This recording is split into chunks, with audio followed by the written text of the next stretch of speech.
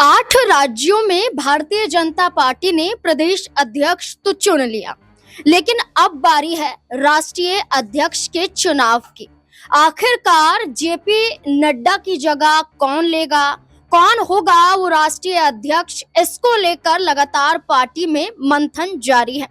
कई नाम सामने आए, कई नाम दोहराए गए, तो कई ऐसे चौंकाने वाले नाम भी सामने आए जिस पर भरोसा भी नहीं हुआ, जिसमें वित्त मंत्री निर्मला सीतारमण का नाम देखा गया, लेकिन कुछ और नाम थे जैसे शिवराज सिंह चौहान का नाम, संजय जोशी का नाम और इसके अलावा वसुंधरा राजे का नाम। इन नामों को भी चर्चाओं में देखा गया, लेकिन भाजपा हाईकमान द्वारा इन नाम पर मोहर लगाने का विचार नहीं बन रहा है।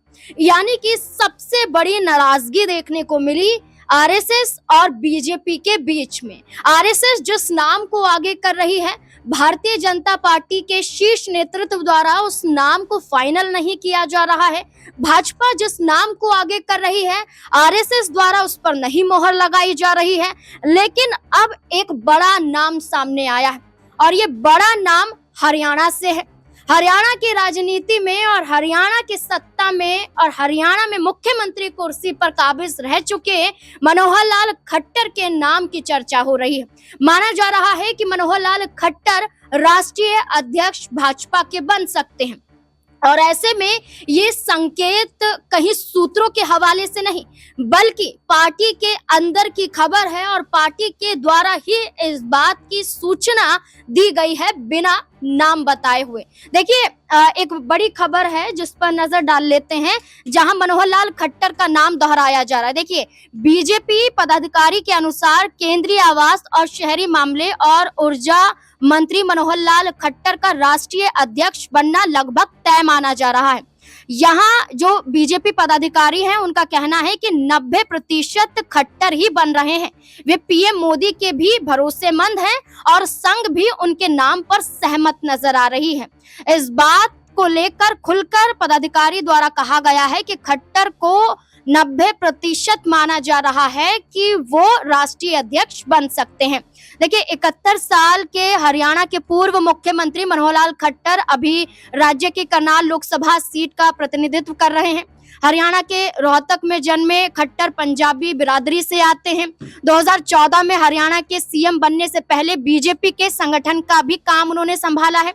इससे पहले वे लंबे समय तक आरएसएस के प्रचारक भी रहे हैं। 1977 से ही संघ से जुड़े हुए दिखाई देते हैं और एक आरएसएस की विचारधारा को मनोहर लाल खट्टर फॉलो भी करते हैं। अब देखिए, जेपी नड्डा जो है, उनका कार्यकाल पूरा हो चुका है और जेपी नड्डा का कार्यकाल 2023 में ही पूरा हो चुका था, लेकिन उन्हें फिर से रिपीट किया गया था। लेकिन अभी भी देखा जाए तो जेपी नड्डा इस पद पर बरकरार हैं। लेकिन अब चर्चा है कि जुलाई के अंत तक, क्योंकि अभी प्रधानमंत्री नरेंद्र मोदी के विदेश के दौरे देखने को मिलेंगे, कई बार वो विदेश के दौरे पर जाएंगे। इसके बाद जब विदेश दौरे से फ्री हो जाएंगे तो एक बड़ा मंथन बीजेपी के जरिए किया जाएगा, क्योंकि जो नाम चर्चाओं में थे उन नाम पर मोहर दोनों तरफ से नहीं दिखाई दे रही थी, लेकिन मनोहर लाल खट्टर के नाम को कहीं ना कहीं तय माना जा रहा है, 90%, ऐसा बीजेपी पदाधिकारी का कहना है। अब देखना होगा कि क्या वाकई मनोहर लाल खट्टर चुन लिए जाएंगे, तो क्या शिवराज सिंह चौहान, वसुंधरा राजे सिंधिया या संजय जोशी जैसे जो नाम थे, क्या वो नाराज होते हुए दिखाई दे सकते हैं? क्योंकि राजस्थान की राजनीति में वसुंधरा राजे को मुख्यमंत्री नहीं बनाया गया। वसुंधरा राजे की मांग थी कि इस बार कुर्सी तो मिल जाए, लेकिन कुर्सी हाथों से चली जाती है, भजनलाल शर्मा को मिल जाती है।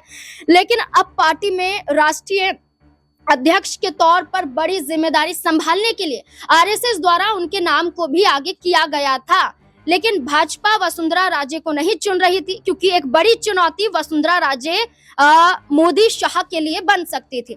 इसके अलावा मध्य प्रदेश की राजनीति में भी शिवराज सिंह चौहान का हाल वही वसुंधरा राजे जैसा देखने को मिला, लेकिन उन्हें केंद्रीय कृषि मंत्री बनाया गया। इस बात से वो संतुष्ट नजर नहीं आए।